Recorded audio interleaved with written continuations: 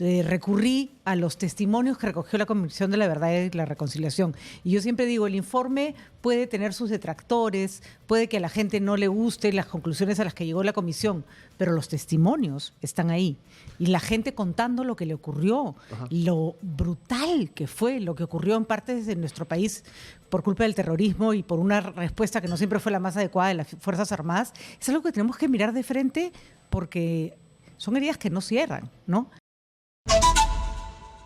Y además que Patricia es mi amiga, esta es una literatura completamente distinta y quería saber de qué iba, ¿no? Entonces me encontré con unas historias muy fuertes, complejas a veces de entender, pero es parte, ¿no es cierto?, de la condición del ser humano también, ¿no? Sobre todo cuando está expuesto a situaciones límites total. Entonces es Jauría, que es este libro que ha sido publicado por Tusquets. ¿Cómo estás, Patricia? Buenos días. Hola, Jesús. Gracias por invitarme. Feliz de estar acá contigo, bueno, por supuesto. Estamos de negro los dos completamente. Debe ser el clima, ¿no? Debe ser el clima, que ya no sale sol, entonces nos abrigamos. Oye, claro, a ver, pero no sé si es coincidencia, porque hasta tu libro tiene la tapa negra, ¿no? Sí, bueno, la verdad que es un libro que trae tristeza, ¿no? Es como que te deja con el alma un poco de luto, ¿no? Mira que a veces uno piensa de que nuestros animales, las mascotas, las que criamos, podrían ser indiferentes a muchos aspectos, pero a la larga, si tú te pones a pensar, son testigos directos de tu vida, ¿no? Así es. Entonces, de eso se trata justamente Jauría. Así es la historia de una mujer que se va quedando sola en un pueblo de la Sierra del Perú, que podría ser cualquiera, a raíz de que la mayoría de las personas han huido o se han ido o han muerto producto de la violencia terrorista, y cada familia deja un perro atrás, ¿no? Entonces la novela está construida de manera tal que cada perro cuenta la historia trágica de una familia. Cada ¿no? historia más dolorosa que otra, o sea, a veces hasta inconcebible. O sea, tu nivel de narración, déjame decírtelo, es muy bueno. Gracias. En el sentido de que te genera justamente eso que se busca de un buen libro, que te genere una reacción, una emoción. Entonces, eso es lo que sentí al momento que empecé a leer Jauría, y estaba en el museo, haciendo mi cola en el Museo del Prado para pasar gratis, y me lo puse a leer y decía, wow, o sea, hay que decírtelo, ¿no? O sea, es una obra muy bien construida. Gracias, Jesús. Me costó mucho trabajo porque es una historia que cuenta, si bien los casos son ficticios, yo sí me inspiré en casos reales, y para poder acopiar la experiencia de quienes han pasado la época del terrorismo en las zonas más golpeadas de nuestro país, recurrí a los testimonios que recogió la Comisión de la Verdad y la Reconciliación. Y yo siempre digo, el informe puede tener sus detractores, puede que a la gente no le guste las conclusiones a las que llegó la comisión, pero los testimonios están ahí. Y la gente contando lo que le ocurrió, lo brutal que fue lo que ocurrió en partes de nuestro país por culpa del terrorismo y por una respuesta que no siempre fue la más adecuada de las Fuerzas Armadas, es algo que tenemos que mirar de frente porque son heridas que no cierran, ¿no? Y algunos dicen, no, ya no hay que hablar de eso, además, hay que hablar. Hay ¿no? esta tendencia en el mundo, no solamente en el Perú, de irnos al olvido. Y el Así olvido no es correcto, sobre todo en un país que necesita tener memoria para que esto no se vuelva a repetir. Carlos Iván de Gregori, que en paz descanse, que fue una de las personas que más comprendió el fenómeno del terrorismo y la violencia en el Perú, decía, lo que nos ha pasado es polpotiano, es igual a lo que pasó en Camboya, o peor, y luego no ha pasado nada. Es decir, la vida continuó. Seguimos eligiendo presidentes, seguimos eligiendo congresistas. Somos totalmente indiferentes. Eso lo conversaba yo también de alguna manera con muchos autores que nos visitan los fines de semana aquí, porque queremos dar la proyección cultural de alguna manera al público en general, que creo que eso finalmente es el objetivo de un medio de comunicación y sobre todo de la radio, ¿no? Así es. Que cobra relevancia en situaciones muy difíciles. Entonces, no sé, mira, yo estuve recorriendo el Prado, pero luego me fui al Reina Sofía, que está al frente, ¿no? Y me puse a mirar el Guernica una vez más, o sea, y lo miraba y decía, claro, o sea, si bien es cierto, Picasso no tenía muy claro el tema del Guernica porque es una obra por encargo, pero sí trató de entender exactamente qué es lo que había pasado en ese pueblo, ¿no? Y cómo es que pues, Franco y los nazis y Mussolini hacen estallar. Lo usaron de laboratorio. De ejemplo, ¿no es cierto? Es. Parte de lo que ellos concebían como el orden, ¿no? En función a la destrucción total. Así es. Y una cosa que es espeluznante, Jesús, es que no asociamos el hecho de que hoy somos una sociedad violenta y enferma con lo que nos pasó en la época. O sea, decimos, derrotamos el terrorismo. Sí, claro, y eso está muy bien. Pero las heridas que dejó esa guerra no las curamos. Y el olvido lo único que genera es que las cosas se transformen en otro tipo de sentimientos, ¿no? Ahora, es el odio total, extremo, que tú presentas. O sea, me quedé pasmado con la historia de los hermanos, estos que tú muestras, o sea, el odio que se tienen, ¿no? Así es. O sea, porque lo que pasa cuando una sociedad se enferma por culpa de un terrorismo y una mala respuesta a ese terrorismo, que además acá voy a ser clara para que no me salten a la yugular, yo no creo que toda la respuesta militar fue mala. Y yo no creo que todo militar en zona de emergencia fue un violador de derechos humanos. Eso hay que decirlo también. Pero hubo problemas que hay que señalar, ¿no? Y también hubo militares que hicieron increíblemente bien su trabajo. En la Jauría se habla de los terroristas, se habla de los militares que no hicieron bien su trabajo y se habla de cómo la violencia permea a la sociedad, al punto de que pasó, por ejemplo, que cuando se instituyeron las rondas campesinas, a veces se usó la ronda como una excusa para quitarle al helado su terreno y acusarlo de terrorista. Los seres humanos tenemos todos una parte vil, todos la tenemos, y como tú bien señalabas al comienzo, eso aflora en situaciones extremas. Hay una ¿no? historia de una familia que es tristísima, ¿no? O sea, que se ve una familia que florece, que es feliz y que no tenía nada que ver justamente en esta situación, pero se ve enfrentada luego, ¿no es cierto?, como tú bien lo comentas, mal accionar de la fuerza, y se transforma completamente, no solamente la familia, sino todo el pueblo contra la familia, ¿no? Así es. Y eso también tiene que ver con el miedo, porque el miedo también te mueve, pero no te mueve para bien, sino te mueve para mal en muchas circunstancias, ¿no? Y además, una de las cosas terribles era que para poder librarte tú del castigo tenías que acusar a tus vecinos de algo, ¿no? Entonces, eso fue muy fuerte, porque enemistó a vecinos que habían sido amigos, ¿no? Y la gente se volvió muy desconfiada y como sabemos, porque se indultó a más de 500 personas en la época de Fujimori, esos los indultó Fujimori por si acaso, porque mucha gente señaló a su vecino de manera gratuita, ¿no? Para librarse él de la cárcel, porque claro, entre irte tú a la cárcel y echar a alguien más, pues echabas a alguien más, ni siquiera estoy criticando, pero fueron cosas que ocurrieron, y ¿no? además la capacidad de otros, que miran, observan y se quedan, o sea, sin hacer absolutamente nada, porque repito, justamente es el tema del miedo. Así es. El miedo, el miedo moviliza no para bien, como lo vemos justamente en una de las historias que se desarrolla aquí en el libro, ¿no? Y te lleva justamente a esta situación tan triste, ¿no? O sea, la verdad, esta es una radiografía importante de lo que pasó en un momento tan triste para el Perú y tan doloroso, y que sí, yo creo deberíamos estar constantemente conversando sobre él y no, digamos, que no polarice, ¿no? Como polariza. Pero yo te repito, esto no es del Perú, es del mundo, ¿no? Así es. O sea, donde los extremos cada vez están mucho más marcados, ¿no? Y no puede ser que el sufrimiento de uno sea más valioso que el de otros, ¿no? Entonces, claro, como esto ocurrió en zona rural, quechua-hablante, andina, los costos de la guerra. A ver si eso hubiera ocurrido en San Isidro, en Miraflores. Bueno, ocurrió, ¿no? Miraflores con Tarata. Nos dimos cuenta del fenómeno cuando ya estaba aquí metido, Así es, ¿no? pero Miraflores tuvo Tarata, y jamás minimizaré esa bomba que fue un horror, pero ese ensañamiento de uno y otro lado y una población vista entre dos finalmente atrapada entre dos frentes, eso no nos ocurrió en Lima, ¿no? O sea, finalmente en Lima sí teníamos que las Fuerzas Armadas y la policía estaban del lado del ciudadano, ¿no? A mí sí me tocó más directamente el tema del terrorismo, de alguna forma, tíos militares, ¿no? O sea, el Pueblo Libre era, si bien es cierto, un barrio de clase media en el que yo vivía, y en el que crecí con amigos, pero ahí la cosa estaba terrible, ¿no?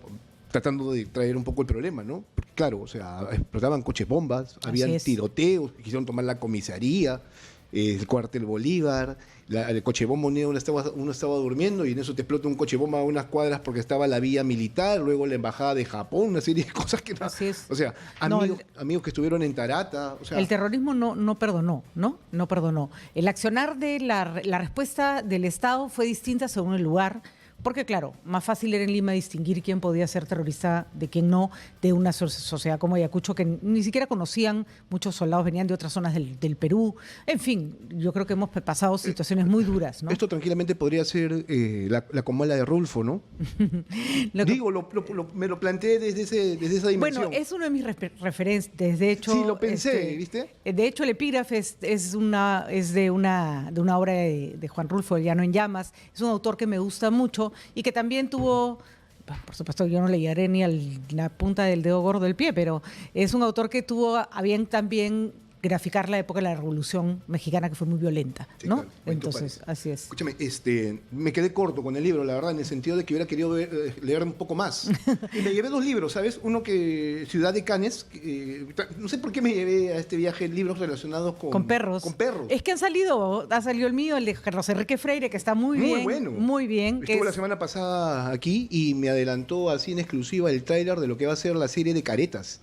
Me dijo, no lo publiques, por favor, porque eso todavía está en discusión, pero van a venir a filmar la serie de Caretas. Qué interesante. Ahora te lo muestro fuera de cámara para que lo veas. Sí. Y hay no sé, creo que los perros, tú me preguntabas, son testigos de nuestra vida, sí, y tienen una característica muy particular. Al ser el animal más doméstico, porque es el que lleva más años domesticado, ha aprendido a reproducir facialmente gestos o sentimientos que experimentamos los seres humanos. O sea, tú a un perro le ves la cara de tristeza, le ves la felicidad, puedes percibir su nerviosismo. Entonces me gustaba usarlos de metáfora para contar Pero una muy buena historia, metáfora. ¿no? Gracias. Yo te comenté, me parecía Amores Perros también, claro, porque es o sea, es un animal que o sea, tú puedes tener un gato, pero el gato es independiente. O sea, el gato, el perro se tú mañana mimetiza. desaparece y el gato no se va a hacer problemas, se busca otro dueño posiblemente, no sé, pero el perro, digamos, o sea, muere con su amo. Y se mimetiza, ¿no? Esa historia del padre, ¿no? Que pierde a su hijo y el que el busca. perro finalmente es el que lo ayuda a buscar, Sí. está todo el tiempo, ¿no? O sea, Y con eso él. esa es una tragedia, ¿no? La cantidad de desaparecidos y la gente que nunca recibió noticia de sus hijos, sus padres, sus hermanos que murieron, ¿no? Ese es un drama que sigue vigente, no solo en el Perú, por ejemplo, los desaparecidos ahí, en toda América Latina, ¿no? Producto a veces de actos criminales como el narcotráfico, otras veces producto de gobiernos represivos o de movimientos terroristas, ¿no? Sí, mira, este es un libro, para que ustedes lo sepan, de 10 historias, ¿no? Contados por una mujer, en efecto. Pero que además tiene un sustento aquí informativo, porque lo que hace Patricia aquí es no solamente contarte una historia, sino recurrir al archivo para sustentar esta historia, ¿no? De casos que han pasado que Así tienen es. relación directa con esto, ¿no? El tema de los homosexuales, eran Así es. perseguidos por los grupos los terroristas. grupos terroristas claro. porque no los concebían dentro de su revolución, ¿no? No, pocas cosas tan homofóbicas como Sendero Luminoso y el MRTA, ¿no? Sí, claro. Y se mató a homosexuales solo por el simple hecho de ser homosexuales, ¿no? Bueno, que esa era una tendencia también con otros grupos Sí. extremistas en el mundo. Así Los es, nazis, por así ejemplo, es, ¿no? así es. Perseguían no solamente judíos, sino homosexuales y Gitanos. ¿no? Gitanos, a eso iba, ¿no? Y este año, y justo te lo iba a comentar, porque este mes se han cumplido 50 años de la muerte de Hitler y se puso fin a la Segunda Guerra Mundial. Y hay Wim Wenders, que es un gran documentalista, hizo un pequeño documental sobre las llaves de la libertad y decía que no había mejor momento. Sí, claro, o sea, se puso fin a una guerra, pero ¿cómo es que se pone fin a una guerra? Dentro de una escuela, dentro de un colegio. Entonces me pareció interesante lo que él contaba, porque decía, es aquí donde justamente florece el mundo, ¿no? En el conocimiento. Y lo utilizaba también Qué como bonito. metáfora. Sí, te lo voy a pasar. Lindo el documental. Y claro, ahí es donde recapitulan los nazis en Así ese colegio, ¿no? En ese colegio. Y tenía relación justamente con esto, con el tema de lo insano que puede llegar a ser el ser humano, ¿no? Y si tú te fijas, Jesús, sobre la Segunda Guerra Mundial se produjo muchísima literatura y sobre el Holocausto judío, muchísima ficción, también audiovisual y cine. Y creo que nosotros como peruanos tenemos que empezar a mirar nuestra historia desde la ficción, porque nos ayuda a entenderla con menos pasiones, ¿no? A veces uno lee un informe sobre algo que ocurrió en realidad y le choca. Si uno lee un libro, tiene la distancia de la ficción, te permite reflexionar sin sacar tanto las uñas, ¿no? Muy bonita la portada, también ¿quién la hizo? Ediberto Jiménez es un retablista yacuchano que tiene retablos en los que muestra escenas de la violencia En el Museo terrorista. de la Memoria creo que hay algunos de ellos, ¿no? Exactamente. Sí, ahora que recuerdo. Y Ediberto, en realidad, mira tú qué increíble, ese dibujo no lo hizo para el libro, ya lo tenía y parecía hecho para ¿Tú se lo el has libro. pedido? Sí, claro, Sí, por supuesto. está muy bonito, pero te digo, tu hermana estuvo por aquí también, ¿ah? Sí. Hace unos días estuvo presentando su libro que también me pareció María Luisa tiene una literatura interesante. maravillosa, sí. Es Sí, una y gran me escritora. sentí muy relacionado también con algunos momentos de mi vida que creo que todo es para todos en general, ¿no es Sí. cierto? Nada, Patricia, gracias por la visita y lean este libro, está espectacular. Sí, Mira. eso sí que me ha quedado muy chiquito, pero es bastante contundente. Lo presentas el 27, ¿no? Así es, el martes en la librería El Virrey a las 7:30 de la noche vamos a estar presentando Jauría, así que todos los que nos quieran acompañar, Te has bienvenidos. conseguido buenos comentaristas ahí, ¿no? Está Sí. Huerta Mercado, si no me equivoco, Sí. grande también. Tuvo un libro el año pasado que lo presentó para la Feria del Libro que tenía que ver con las palabras que utilizamos los peruanos. Un tromés, Walter. Y también Alex, está perdón. Giovanna Polarolo. que también ha sacado un libro que lo ha estado presentando. No he tenido la posibilidad de conversar con ella, pero imagino que la vamos a invitar en cualquier momento para que venga a hablar sobre el libro. Sí, claro que sí, pues es una gran escritora. Bien, gracias Patricia por la visita, por tomarte el Gracias. tiempo y por siempre venir aquí. Y además, felizmente hoy día no he conseguido nada para que no hablemos solamente de tu libro, nada más, ¿no? Gracias Jesús y nada, feliz de estar acá y un saludo a todo tu público. Sí, a ver, escúchame, por cierto, ahora que recuerdo, se han cumplido 25 años de Amores Perros, ¿no? Esta película que tiene a Gael García Bernal y a González Iñárritu, su ópera prima, la presentaron nuevamente en Cannes, nuevamente actualizada, y se pusieron a llorar. Porque claro, decían, y contaba a González Iñárritu de que cuando se estrenó la primera vez Amores Perros, y él fue a Cannes a presentarla, no había nadie en la sala. Y dice que se llevó una cajetilla de cigarros y se acabó la cajetilla de cigarros esperando a que alguien entrara. Bueno, entraron unas cuantas personas, pero después ya se dieron cuenta de la dimensión de la película y lo Gran que significaba película. para América Latina.